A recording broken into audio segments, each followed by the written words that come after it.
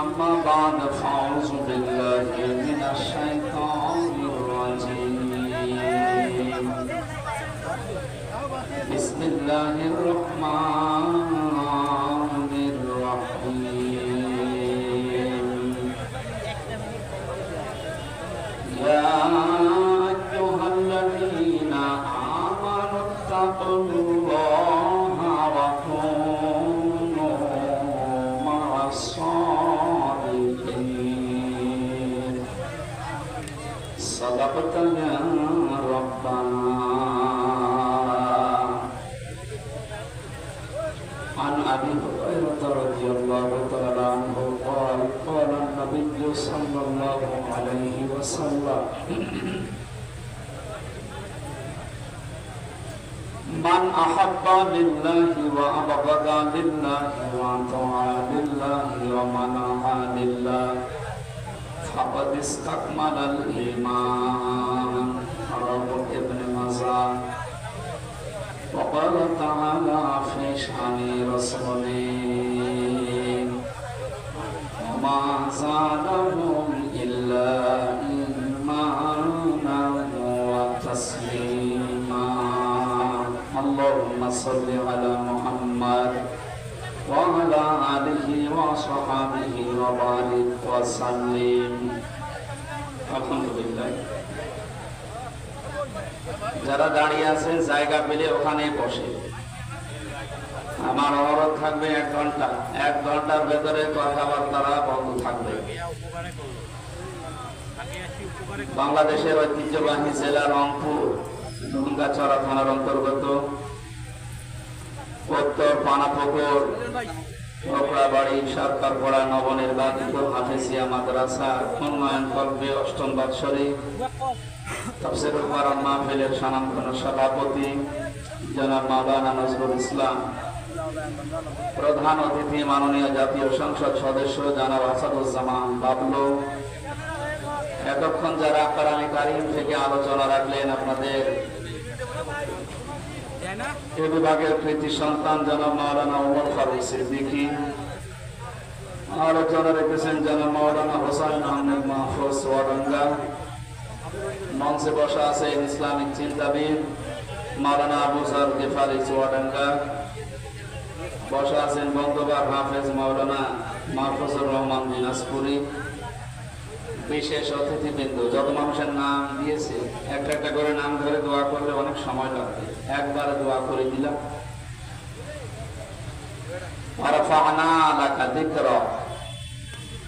এলাকায় আসলে কোরআনের জন্য মহব্বতে যারা ছুটে আসি তাদের ভেতর অন্যতম আমার পাবনার এক ভাই আপনাদের এলাকাতে তার কর্মজীবন নিয়ে আসেন বড় ভাই শরীফুল ইসলাম শরীফ ভাই, মঞ্চে বসা ওলামায়ে কেরাম, সামনে বসা মুসলমান ভাইরা, পর্দার আড়ালের সম্মানিতা মা এবং বোনেরা, প্রশাসনের ভাইরা, প্রাণ প্রিয় রংপুরবাসী,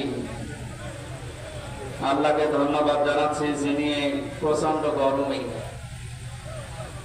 আসলে এই অনুষ্ঠানগুলো আমাদের এই বাংলাদেশ, ভারত, পাকিস্তানি সমস্ত দেশগুলোতে শীতের সময় বেশি হয়। আপনারা ডেট পান না, এই কারণে নিয়েছেন এই গরমের ভেতরে। আপনারা ছাড়ে না, আমিও পারি না, আল্লাহু আকবার, ওরকম হয়ে যাচ্ছে। তারপরে আসলে প্রচন্ড গরমে কথা বলা কষ্ট, আর একটু আগে উঠতে পারলে ভালো হতো। যাক, আমরা প্রশাসন থেকে আমাদেরকে জানিয়েছি 12টার ভেতরে যেন শেষ হয়ে যায়। আমরা 12টা পর্যন্ত কথা বলবো ইনশাআল্লাহ। নির্ধারিত একটা বিষয়ে ওপরে আলোচনা হবে। আল্লাহর নির্দেশ আমরা যেন জানতে পারি আজকের এই তাফসীর মাহফিল থেকে, যে আল্লাহ আমাদেরকে এখানে নিয়ে আসলেন। বলেন আলহামদুলিল্লাহ। সাক্ষী, এই শব্দটার সাথে আমরা পরিচিত। এই শব্দের দ্বারা আজ হাজারো মানুষের জেল, জরিমানা, জুলুম, নির্যাতনের শিকার হওয়া লাগছে। আর এই সাক্ষীটার আগে মিথ্যা শব্দটা জোড়ার কারণে অনেক ভয়ঙ্কর মানুষও ছাড় পেয়ে যাচ্ছে। আল্লাহরও সাক্ষী আছে। আল্লাহ সাক্ষী নেই? আল্লাহ রাব্বুল আলামিনের প্রথম সাক্ষী আমাদের এই দুই খাতে বসা আছে। কোরআনে কারীম জানিয়েছে কিরামান কাতিবিনা ইয়ালামুনা মা তাফআলুন। কিরামান কাতিবিন আমরা অনেকে জানি এটা দুইজন ফেরেশতা, নাকি না? এটা সম্মানিত লেখক দল। দুইজন লেখক আমাদের সাথে আছে, ওনারা লিপিবদ্ধ করছে। আপনার হায়াত পর্যন্ত যা হবে সব ওরা লিখে রাখবে। কিয়ামতের দিন 2 নাম্বার সাক্ষী, ইকরা কিতাবাকা কাফা বিনাফসিকা আল-ইয়াওমা আলাইকা হাসিবা। আল্লাহ এটা ধরিয়ে বলবে, পড়ো। জান্নাতে যাবে না জাহান্নামে যাবে, আজকে কাউকে জিজ্ঞাসা করা লাগবে না। তোমার হিসাবের জন্য তুমি নিজেই যথেষ্ট। 3 নাম্বার যে সাক্ষী, এই জমিনের উপরে আমরা যা করছি, সিংগায় ফটকার দেওয়ার সঙ্গে সঙ্গে জমিনের ভেতরে যা আছে সব কিছু বোঝা আকারে বের করে দিবে। 4 নাম্বার সাক্ষী আমার শরীরের অঙ্গ প্রত্যঙ্গ। আল্লাহ পাক বলেন আল ইয়াউমা নাখতিমু আলা আফওয়াহিহিম ওয়া তুকাল্লিমুনা আইদিহিম ওয়া তাশহাদু আরজুলুহুম বিমা কানু ইয়াকসিবুন। ময়দানে মাহশারে যেদিন বিচার আসর শুরু হবে, ওই দিন আমাদের মুখমণ্ডল, মুখের উপরে আল্লাহ তাআলা লাগিয়ে দেবেন বা সেলাই করে দেবেন। আমাদের হাত, আমাদের অঙ্গ প্রত্যঙ্গ, বিশেষ করে কয়েকটা জিনিসের নাম এখানে এসেছে। প্রথমে আল্লাহর সাথে কথা বলবে তোমাদের হাত। তুকাল্লিমুনা আইদিহিম, হাত যে কথা বলতে পারে, এটা এখন হয়তো আমাদের অনেকের বিশ্বাস হচ্ছে না। কিয়ামতে এটা বলবে, আর এটাই বাস্তব। সুতরাং হাত দিয়ে যে যা করছি খুব হিসাব করে করা দরকার। বিশেষ করে হাতে যাদের কলম আছে, এইগুলো খুব সূক্ষ্মভাবে হিসাব করে দুনিয়ায় ব্যবহার করা দরকার। নুনুল কলামি ওয়া মা ইয়াসতুরুন, আল্লাহ বলেন কলমের কসম। এবং কলম দিয়ে লেখকরা যা লেখে, ওই লিখিত জিনিসের কসম। সুতরাং সাংবাদিক যারা আছেন, লেখক যারা আছেন, বিচারক যারা আছেন, কলম দিয়ে কিছু লেখার আগে আমার মনে হয় কমপক্ষে 10 বার ভাবা উচিত। এমন কিছু লেখা ঠিক না যে আমার চোখ বন্ধ হওয়ার পরেও যেন ওই লিখিত জিনিস আবার কিয়ামত পর্যন্ত আমার কবরের আযাব বাড়াতেই থাকে। আমার কথার অর্থ বোঝেন তো? লেখকরা যা লিখে যাচ্ছে, এই লিখিত জিনিসের কসম দিলেন কেন? পৃথিবীতে এমনও মানুষ আছে, বুঝে হোক না বুঝে হোক এমন কিছু লেখে, ওই সময় হয়তো আবেগে কিছু লিখে রাখা যাওয়ার পরে লোকটা বিদায় নিলে ওই লিখিত জিনিস নিয়ে জীবিত মানুষেরা এমন এমন কিছু তৈরি করে, রং চং মাখিয়ে। ওইটার দ্বারা হাজারো মানুষের চরিত্র ধ্বংস হয়, ওইটার দ্বারা হাজারো মানুষ হাইজাকার হয়, চাঁদাবাজি শেখে, ওখান থেকে হাজারো মানুষ বিয়াদব হয়ে যায়। আমি নাম নিলাম না, এদেশের একজন পতিত দশা লেখক, নাম করা, নাম নিলে আপনারা চিনবেন। এই লোকটা যে সমস্ত উপন্যাস, যে সমস্ত বইগুলো লিখেছে, উনি মারা গেছে, কিন্তু তার এই বইগুলো দিয়ে এখন নাটক বানানো হচ্ছে, সিনেমা বানানো হচ্ছে। এমন এমন নাটক সিনেমা বানানো হয় যেখানে মানুষের চরিত্র ধ্বংস করা ছাড়া চরিত্র সংশোধনের কিছু সেখানে নেই। এই লোকটা তো মারা গেছে অনেক আগে, শুয়ে আছে সবুজ একটা শ্যামল জায়গায়। এর দ্বারা যত মানুষ এই দেশের চরিত্র হারাচ্ছে, পৃথিবীর সবচাইতে বড় সম্পদ মানুষের চরিত্র। এটা যারা হারিয়ে ফেলে তার কাছে আর কিছু থাকে না। আপনি তো মারা গেলেন, আপনার লিখিত জিনিস দিয়ে কি মানুষ হারাচ্ছে আপনি কবরে বসে বসে কিন্তু এখন টের পাচ্ছে। এই জন্য লেখকরা যা লিখে যাচ্ছে, ওই লিখিত জিনিসের গুরুত্বপূর্ণ আছে, গুরুত্ব আছে। এই জন্য আল্লাহ লিখিত জিনিসের কসম দিয়েছে। এমনকি এটা যখন ইতিহাস হয়ে যায় তখন ওর কদর আরো বেড়ে যায়। আল্লাহ বলেন ওয়াল আসরি, ইতিহাসের কসম। কারণ পৃথিবীর ময়দানে অনেক কিছু অনেকে ভুলে যায়, ইতিহাস ওইটা সংরক্ষণ করে রাখে, ইতিহাস কিন্তু বলে না। পৃথিবীর নিয়মই হচ্ছে এটা, ঘটনা যখন ঘটে ওই সময় কেউ লেখে না, ঘটনা ঘটে যাওয়ার পরে কিন্তু ইতিহাস লেখা হয়। নাকি বুঝে বলে ঠিক নাকি আন্দাজে সবার সাথে তাল মিলায়। আপনারা অনেকে আমরা জন্মের পর থেকে ইয়াজিদের ইতিহাস শুনি। লোকটা জালেম ছিল। কি ছিল? বলেন বলেন। এত জুলুম করেছিল, ওই সময় জালেমের বিরুদ্ধে লেখার মতো মানুষ পাওয়া যায়নি, কিন্তু ইতিহাস লেখা হয়েছে, না হয়নি? ইয়াজিদের যে ইতিহাস, এটা পড়লেই মানুষ তাকে গালি দেয়, অথচ নামটা তো খারাপ না, ইয়াজিদ অনেক সুন্দর নাম। সুন্দর নাম না? এই পৃথিবীতে এখন কাউকে পাবেন যে একটা কুকুরের নামও ইয়াজিদ রাখেন? কোথায় আল্লাহ পৌঁছিয়ে দিয়েছে আপনি টের পেয়েছেন? আল্লাহর বিধানের বাইরে যারা জীবন চালাবে, আল্লাহ তাদের জীবনকে দমকার ভেতরে ফেলবে। দমকার যতগুলো তাফসীর পাওয়া যায় তার অন্যতম এটা। দমকা মানে ওই মানুষটাকে আল্লাহ, 7টা বিষয় আছে দমকার ভেতরে। এর 3 নাম্বারটা, পৃথিবীতে এই মানুষটা মারা যাওয়ার সময় একটা ইতিহাস হয়ে থাকবে। আমাদের সেনাইদার এক এমপি কিছুদিন আগে মারা গেছে, ইতিহাস হয়ে আছে বাংলাদেশে। কত টুকরা করেছে তার লাশ, এমনকি শুনলাম যে বিলিন্ডার মেশিন দিয়ে পর্যন্ত বিলিন্ডার করে বিভিন্ন জায়গায় ছড়িয়ে দিয়েছে। বাংলাদেশে একটা ইতিহাস হয়ে রাখেনি। হয়তো এখন ইতিহাস কেউ লিখছে না, লেখা হবে। আপনি লেখা হবে না? 10 বছর 20 বছর 50 বছর পরে যখন ইতিহাস লেখা হবে, পৃথিবীর মানুষ, আগামী প্রজন্ম, দুনিয়ায় যারা আসবে, জালেমদের নাম শুনলে বরদোয়া দেবে, ঘৃণা করবে। ইমাম হোসাইনের পক্ষে ওই সময় কেউ ছিল না, কলম ধরার সাহস কারো হয়নি, কিন্তু ইতিহাস লেখা হয়েছে, না লেখা হয়নি? ইমাম হোসাইনকে ইতিহাস স্মরণীয়, বরণীয় করে দিয়েছে, নন্দিত করে দিয়েছে, বিজয়ী করে দিয়েছে। আর ইয়াজিদকে আল্লাহ নিন্দিত, ঘৃণিত, এই পৃথিবীর সবচাইতে নিকৃষ্ট মানুষের তালিকায় নাম তুলে দিয়েছে।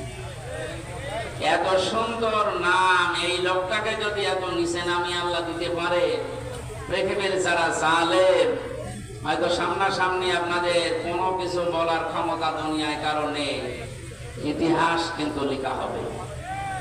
নয়তো ওয়ালা আসরি, আসরের আগে আল্লাহ ওয়া দিতেন না। আল্লাহ কসম দিয়েছেন, ইতিহাসের কসম, এটা নীরব সাক্ষী। চোখ বন্ধ হওয়ার পরে হয়তো ইতিহাস যখন লেখা হবে, আপনারও নাম এই পৃথিবীতে যত সুন্দর থাক, কিয়ামত পর্যন্ত আপনার নামে কেউ কুকুরও পুষবে না।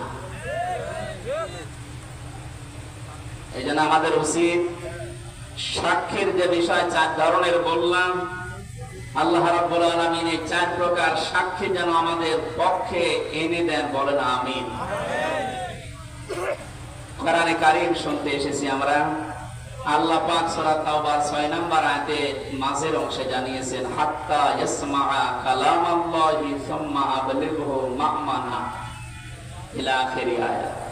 হে নবী, ওরা যখন কোরআন শুনতে আসবে আপনাদেরকে কাফের মুশরিকরা, তখন আপনি নিরাপদে তাদেরকে কোরআন শোনার ব্যবস্থা করে দেবেন। এই ঘোষণা কার? জবান খুলে বলেন যে ঘোষণা কার? এতটুকু আল্লাহ শেষ করেন। কোরআন শোনা হয়ে গেলে তাদেরকে নিরাপদে তাদের বাড়ি পর্যন্ত পৌঁছিয়ে দেবে। আপনি কি বুঝলেন এই আল্লাহর বক্তব্য শোনার পর? কাফের মুশরিকরাও যদি কোরআন শুনতে চায় তাদের শোনানোর ব্যবস্থা করার নির্দেশ দিলেন কে? অথচ ৯৬% মুসলমান আমরা এই দেশে। আমরা নিরাপদে মুসলমান হয়ে আল্লাহর কালাম শুনবো, সে অবস্থাও এখন দিন দিন হারিয়ে যাচ্ছে। আমি নিচে নামলাম না, আপনারা হয়তো টের পেয়েছেন আমি কি বলতে চাই। কাফেরদের নিরাপদে নিরাপত্তার সাথে কোরআন শোনার ব্যবস্থা করে দেওয়ার নির্দেশ যদি আল্লাহ দেয়, যে আমাদের নিরাপদে নিরাপত্তার সাথে আল্লাহর কালাম শোনার অধিকার নেই, এই অধিকারগুলো বিভিন্ন কায়দায় যারা বন্ধ করতে চাচ্ছে, আপনি পারবেন না। কারণ এটা তো আমির হামজার বক্তব্য না, এ বক্তব্য সরাসরি কার? ইন্না নাহনু নাযালনাল যিকরা ওয়া ইন্না লাহু লাহাফিজুন। এই জিকিরে কোরআন আমি আল্লাহ নাযিল করেছি, এটা হেফাজত করার দায়িত্ব আমি আল্লাহ নিজে নিয়েছি। এখানে বুঝে হোক না বুঝে হোক, বিভিন্ন জিনিস হাতে পেয়ে যারা কায়দা কৌশল করে এটা থেকে মানুষকে দূরে সরিয়ে রাখতে চাচ্ছেন, আপনার মিশন কখনো সফল হবে না ইনশাআল্লাহ। দরুদ আর সালাম পড়ছে আমাদের নবী মুহাম্মদ রাসূলুল্লাহ সাল্লাল্লাহু আলাইহি ওয়াসাল্লামের প্রতি, যারা আনিত আদর্শ হয়ে আমরা খুশি না বেজা? অবশ্যই আমরা খুশি। যে সূরার আয়াত পড়েছি সূরা তাওবার 119 নম্বর আয়াতে, সূরার 129 নম্বর আয়াতে আল্লাহ রাব্বুল আলামিন বিশ্ব নবী মুহাম্মদ রাসূলুল্লাহর কিছু গুনাহ বলে দিয়েছে। তিনি মুমিনদের উপরে রহম দিন। এই পৃথিবীতে আল্লাহর যে নামগুলো আছে, কয়েকটা নবীর নামের শেষে আল্লাহ তার নিজের নাম ব্যবহার করেছেন, তার ভেতরে আমাদের নবী মুহাম্মদ রাসূলুল্লাহ। কয়েকদিন ধরে যে ইবাদতটা চলে গেল, নাম আমরা জানি কুরবানি। নাম কি? চলে গেল না? উৎসাহ উদ্দীপনা নিয়ে সারা দেশে এই দিবসটা পালন করেছি আমরা। এটা একটা মহান শিক্ষা দিতে এসেছিল।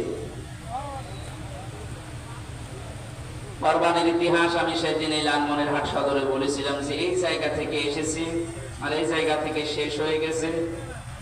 এখানে ২৭টা শিক্ষা দিতে এসেছিল ১ বছর পর পরে কুরবানি।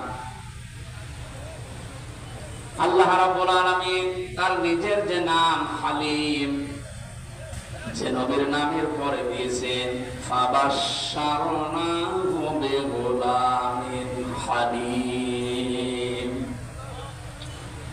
জাতির পিতা হযরত ইব্রাহিম নবী আলাইহিস সালাম আল্লাহর কাছে দোয়া করেছিলেন ৮০ অথবা ৯৯ বছর বয়সে, রব্বি হাবলি মিনাস সালিহিন, হে আল্লাহ তুমি আমাকে একটা নেককার সন্তান দান করো। আলেম যারা আছেন তাদেরকে খেয়াল করার জন্য বলছি, এখানে ২টা শিক্ষা আছে। আমাদের জাতির পিতা হযরত ইব্রাহিম আলাইহিস সালাম আল্লাহর কাছে দোয়া করেছিলেন কয় বছর? ৮০ বছর। কয় বছর? অন্য বর্ণনায় আছে ৯৯ বছর পর্যন্ত। বিবাহের পর থেকে ৯৯ বছর পর্যন্ত উনি দোয়া করছেন, রব্বি হাবলি মিনাস সালিহিন, হে আল্লাহ আমাকে একটা নেককার সন্তান দান করো।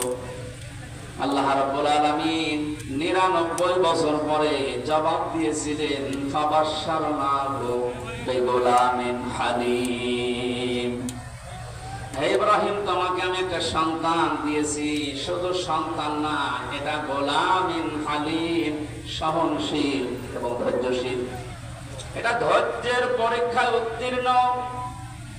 আল্লাহ পাক বলেন গোলামিন হালিম। ইব্রাহিম নবী সঙ্গে সঙ্গে প্রশ্ন করেছিলেন, আল্লাহ আমাকে হালিম দিয়েছ, চাচা হালিম, কি হালিম? এমন হালিম দিয়েছে সন্তানটাকে, আসলে কি হালিম? আমি এটা দেখতে চাই।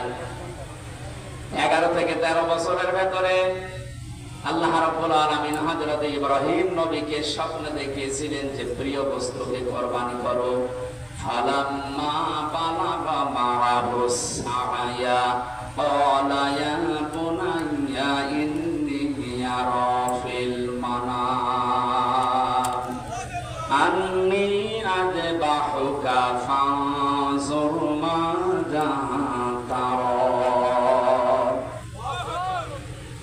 সন্তানটা যখন নিজের সাথে চলাফেরা করতে শিখেছে, ছোট বয়সে এক মায়া থাকে।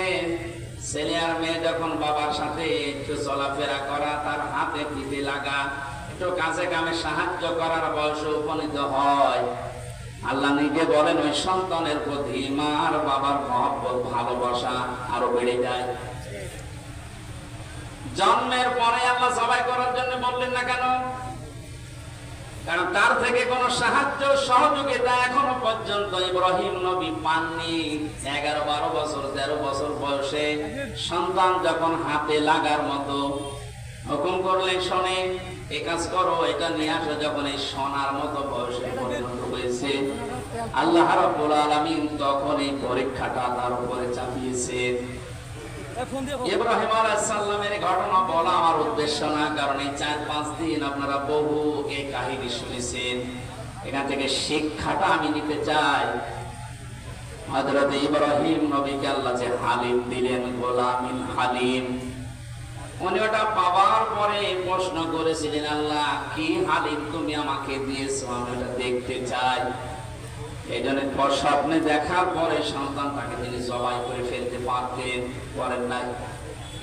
এটা মনিরের ভেতরে আছে তাফসীর।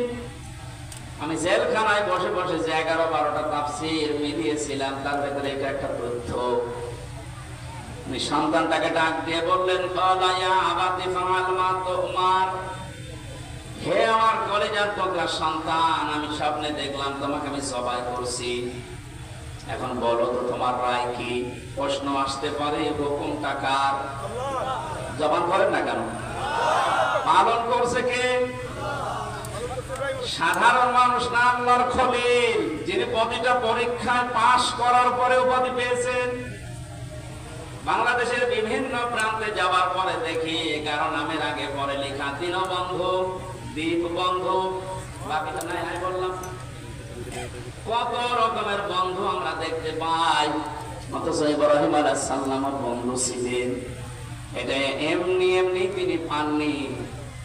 দিনাজপুরে একজন আছে, আমি নাম নিলাম না, মানবতার বন্ধু। ইব্রাহিম নবীকে আল্লাহ আমি পড়া কোরআন পড়ে পেয়েছি 50টা পরীক্ষা করেছিলেন। তার ঈমান সম্পর্কে 10টা, আমল সম্পর্কে 30টা, আর পুরো শরীরের ভেতরে 10টা। এই 50টা পরীক্ষা করার সর্বশেষ পরীক্ষায় তাকে বলেছিলেন খলিল। খলিল বলা হয় ওই বন্ধুকে যিনি আল্লাহর সন্তুষ্টির জন্য সব করতে পারেন। জোরে বলেন সুবহানাল্লাহ।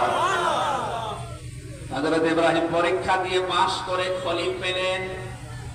ডাক দিয়ে বলে, রব্বুল আলামিন তুমি আমাকে গোলামিন হালিম দিয়েছো, তোমার নামটা আমার সন্তানের নামের সাথে লাগিয়েছো, দেখি কেমন হালিম দিলে। এই যে পরীক্ষা, এই কারণে তিনি সন্তানকে জিজ্ঞাসা করেছিলেন। অথচ বাকি 49টা পরীক্ষা আপনি তাফসীর দেখেন, কোন পরীক্ষার আগে কাউকে জিজ্ঞাসা করা, প্রশ্ন করা, এমনকি যেদিন এই ছোট সন্তানকে মরুভূমিতে রেখে আসে, বারবার স্ত্রী হাজেরা রাদিয়াল্লাহু তাআলা আনহা প্রশ্ন করেছিলেন, স্বামী আমাকে রেখে যাচ্ছেন নবজাতক সহ, এটা কি আপনার নিজের ইচ্ছা না আল্লাহর ইচ্ছা?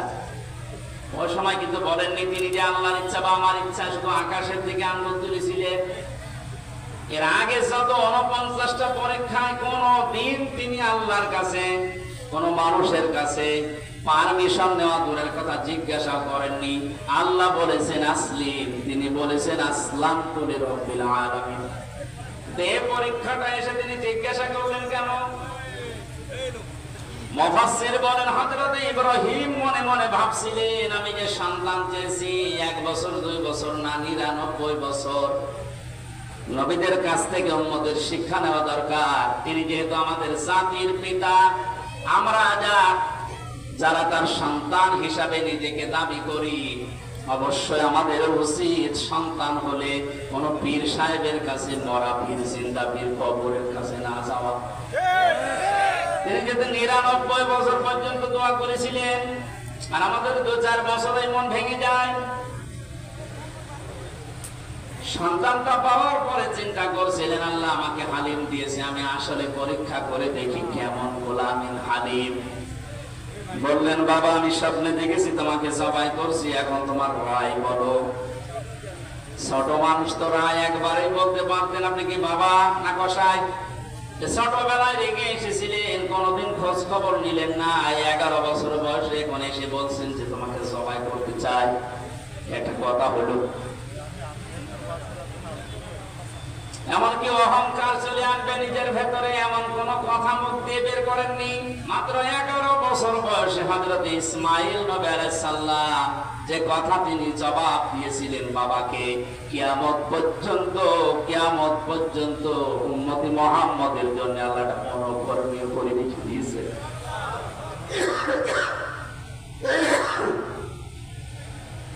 হযরত ইসমাঈল ডাক দিয়ে বললেন, সাতাজিদুনি ইনশাআল্লাহু মিনাস সাবিরিন।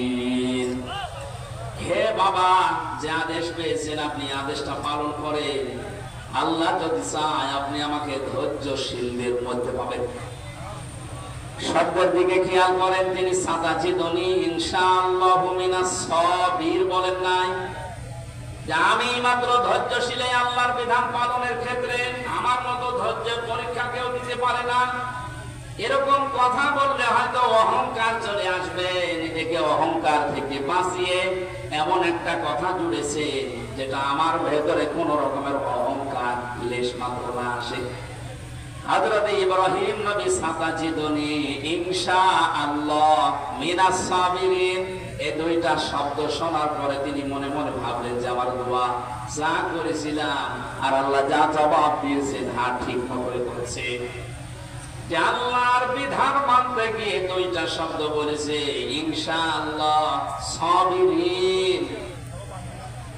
এখান থেকে শিক্ষা নেওয়া দরকার, পৃথিবীর কোন কাজ যদি আমরা আল্লাহর জন্য করি আমরা যেন অহংকার না করি। হযরত ইসমাঈল নবী আলাইহিস সালাম বাবাকে বললেন, আপনি শুরু করেন। তার স্বপ্নে দেখেছিলেন। তাফসীরে হাদিসে যে বিশাল কাহিনী আপনারা শুনেন জন্মের পর থেকে। হযরত ইসমাঈল নবীকে নিয়ে তার বাবা যখন জবাই দিচ্ছিলেন, ওই সময় আল্লাহ পাক তাকে ডাক দিয়েছিলেন, ফালাম্মা আসলামা ওয়া তাল্লাহু লিল জাবিন। আমি আলেমদেরকে বলছি, আল্লাহ পাক আসলিম না দিয়ে আসলামা দিলেন কেন? আসলামা না দিয়ে আসলামা দিয়ে বচন দিয়েছেন এই কারণে, হযরত ইব্রাহিম নবী যদি আল্লাহর এই পরীক্ষায় পাস করার জন্য বলতেন আমি জবাই করবই, ইসমাঈল নবী যদি বলতেন না আমি জবাই হব না, আল্লাহর বিধান পালন করা কারো জন্য হতো? বলেন বলেন। একজন দৌড় দিত আর একজন ছুরি নিয়ে তাড়া দিত। হযরত ইসমাঈল নবী যদি বলতেন আমি আল্লাহর এই বিধান পালন করতে রাজি আছি, ইসমাঈল নবী যদি পালন করার জন্য এগিয়ে আসতেন, ইব্রাহিম নবী যদি বলতেন না 99 বছর বয়সে একটা সন্তান পেয়েছি আমি সবাই করব না, আল্লাহর বিধান পালন করতে পারবো?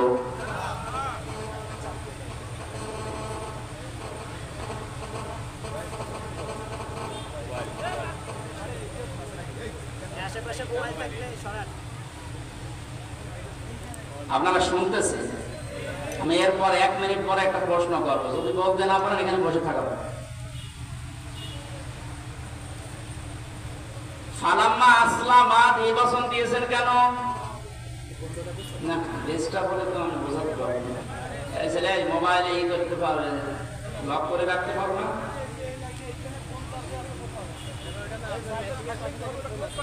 বসো।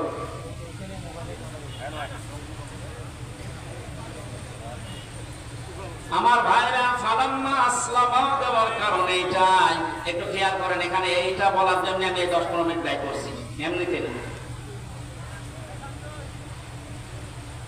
আল্লাহ পাক বলেন আসলামা, টান দিলাম 1 বছর 2 বছর কি দিয়ে 2 বছর দিয়েছে কেন জানো?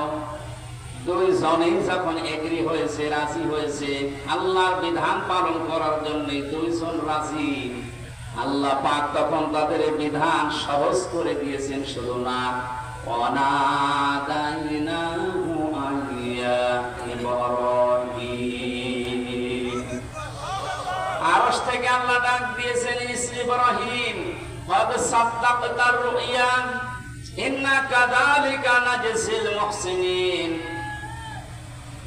অবশ্যই তুমি তোমার স্বপ্নকে সত্যের রূপ দিয়েছো, আর এভাবেই করে আমি মুহসিন বান্দাদেরকে পুরস্কার দিয়ে থাকি। আল্লাহ মুহসিন না দিয়ে মুহসিনিন বহু বচন দিয়েছে। শুধু এটা ওই সময়ের জন্য না, কিয়ামত পর্যন্ত 2টা শিক্ষা এখানে বহন করে। 1 নাম্বার আসলামা দেওয়ার শিক্ষা, 2 নাম্বার মুহসিনিন দেওয়ার শিক্ষা। একটু খেয়াল করুন ভাই,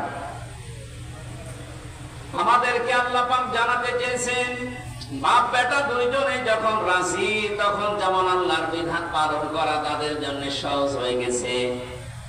এদেশের 18 কোটি জনগণ, আমরা 1628 জন মানুষ দায়িত্ব পালন করছে 18 কোটি মানুষের উপরে। 1628 জন যদি এখন এই বাংলাদেশে ইব্রাহিম নবী আলাইহিস সালামের ভূমিকায় অবতীর্ণ হতে পারে, 18 কোটি মানুষ যদি আমরা এখন ইসমাইল নবীর ভূমিকায় আসতে পারি, আল্লাহর কসম 41 সাল লাগবে না, 41 ঘন্টায় আল্লাহর বিধানে দেশে কায়েম হয়ে যাবে। আসলামা দেওয়ার প্রথম ব্যাখ্যা এটা। ঘটনা শুধু শুনিয়ে গিয়ে যাচ্ছি, এখন যদি এরপরের আয়াতগুলো একটা একটা করে শিক্ষামূলক বলি, আমার মনে হয় আপনারা কান্নাকাটি করবে, কান্নার দরকার নেই। এখানে শিক্ষাটা নেওয়া দরকার। যারা আছে কারো ইশারায় না চলে জাতির পিতা ইব্রাহিম আলাইহিস সালামের ভূমিকায় আপনারা অবতীর্ণ হবেন, এইটাই জাতি চাচ্ছে। আল্লাহর বিধান যখন যেটা সামনে আসবে, চিন্তা ভাবনা না করে একবারে আল্লাহর বিধান পালন করার জন্য অবতীর্ণ হবেন। আমরা যারা আছি 16 কোটি 18 কোটি জনগণ, আমরা ইসমাইল নবীর ভূমিকায় এগিয়ে আসবো ইনশাআল্লাহ। মুহসিনিন দেওয়ার ব্যাখ্যা হচ্ছে শুধু ওই সময়ের জন্য না, কিয়ামত পর্যন্ত যত মানুষ আল্লাহর বিধানকে হযরত ইব্রাহিম আলাইহিস সালাম আর ইসমাইল নবী আলাইহিস সালামের মতো মন দিয়ে মেনে নেওয়ার জন্য এগিয়ে আসবে, ওনাকে যেমন দুম্বা দিয়ে পরীক্ষা করেছিল সবাই হয়েছে, কিন্তু সন্তানের পরিবর্তে জগদম্বা। আল্লাহ পাক বলেন কিয়ামত পর্যন্ত ইন্না কাযালিকা নাজজিল মুহসিনিন, আমার মুহসিন বান্দাদেরকে ঠিক আমি এইভাবে করে পুরস্কার দেব। ইন্না হাযা লাহুল বালাউল মুবিন ওয়া ফাদাইনাহু বিযিবহিন আযীম। আমার কথার মূল ছিল আল্লাহ পাক যত নাম ব্যবহার করেছেন বিভিন্ন নবীদের নামের পরে, তার 1 নম্বরে দিয়েছেন হযরত ইসমাইলকে। তিনি ছিলেন ধৈর্যশীল, সহনশীল, ধৈর্যের পরীক্ষায় উত্তীর্ণ সন্তান। 2 নম্বরে নাম আল্লাহ দিয়েছেন হযরত ইসহাক নবী আলাইহিস সালামকে, গোলামিন হালিম, আমার জ্ঞানী বান্দা। আমরা মুহাম্মদুর রাসূলুল্লাহকে আল্লাহ পাক তার নিজের সবচাইতে বড় নামটা দিয়েছেন, ওয়া ইন্নাকা লা'আলা খুলুকিন আযীম। হে নবী, আপনাকে আমি এমন চরিত্র দিয়েছি, এই যে রউফুর রহিম, এটা একটা চরিত্র। উম্মতের উপরে, উম্মতের ভেতরে যারা ঈমানদার তাদের প্রতি আল্লাহ পাক বলেন আপনার একটা আলাদা মহব্বত, ভালোবাসা আছে, আপনি স্নেহশীল, আপনি মায়াশীল তাদের জন্য। আপনাকে এমন একটা চরিত্র আমি আল্লাহ দিয়েছি, কিয়ামত পর্যন্ত মানুষ অনুসরণ করে ওর কোল কিনারা খুঁজে পাবে না। জোরে বলেন সুবহানাল্লাহ। এই নবীর উপরে দরুদ আর সালাম পড়ে কোরআনে কারীমের সূরা তাওবা 119 একটা মাত্র আয়াত আমরা পড়েছি। লক্ষ লক্ষ হাদিস থেকে 2টা বর্ণনা আছে, একটা আবি উমামা থেকে আর একটা আবি হুরায়রা থেকে। আমি একটা হাদিস পড়েছি। কোন মানুষ যদি তার ঈমানকে পরিপূর্ণ করে নিতে চায়, সে কাউকে ভালোবাসলে যেন দুনিয়ার কোন স্বার্থে না, আল্লাহর জন্য ভালোবাসে। আজ আমাদের অনেকের ভালোবাসা হয় মেকি নাই কোনো স্বার্থের কারণে, এই জন্য আমাদের ঈমান পরিপূর্ণ হতে চায় না। শব্দটা যদিও ছোট্ট, এটা কিন্তু অনেক ওজনওয়ালা কথা। মান আহাব্বা লিল্লাহ, কাউকে যদি কেউ ভালোবাসে, কার জন্য বাসবে? বলেন বলেন। 2 নম্বরে, কাউকে যদি কেউ ঘৃণা করে, সেজন্য আল্লাহর জন্য ঘৃণা করে। 3 নম্বরে, কাউকে কিছু দান করলে আল্লাহর জন্য দান করা লাগবে। কাউকে কিছু যদি বিরত থাকেন দেওয়া থেকে, তাও আল্লাহর জন্য বিরত থাকা লাগবে। ফাকাদ ইস্তাকমালাল ঈমান, নবীজি বলেন সে যেন তার ঈমানকে কামেল করে নিয়েছে, পরিপূর্ণ করে নিয়েছে। হাদিসটা আমাদের প্র্যাকটিক্যাল লাইফে আল্লাহ সেট করার তৌফিক দেন, বলেন আমিন।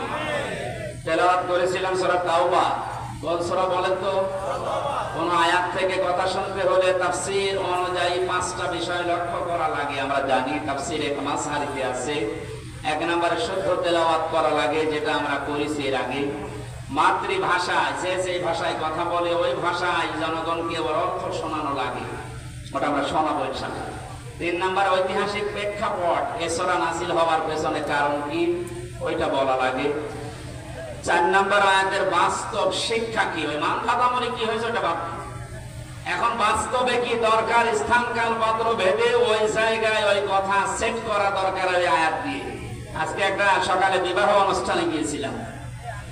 ওখানে বিবাহ মানে আনন্দ, বিবাহ মানে জায়েজ পন্থায় থেকে ইসলামী সংস্কৃতি যা আছে সেইটার গণ্ডির ভেতরে থেকে মানুষজন একটু আনন্দ করে। একজনকে ইসলামী সঙ্গীত বলতে দিয়েছে, সে এমন একটা সঙ্গীত আরম্ভ করেছে, মানুষ মরে গেলে যেটা বলে ওইটা। একই মরণের অনুষ্ঠান। এই জন্য স্থান কাল পাত্র ভেদে কথা বলা দরকার। এই আয়াত থেকে এখন যেটা খুব জরুরি, আমরা ওই কথাগুলো তুলে আনার চেষ্টা চালাবো ইনশাআল্লাহ।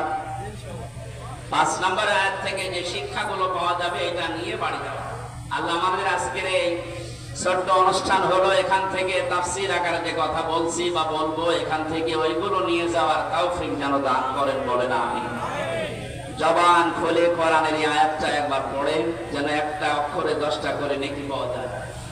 আউযু বিল্লাহি মিনাশ শাইতানির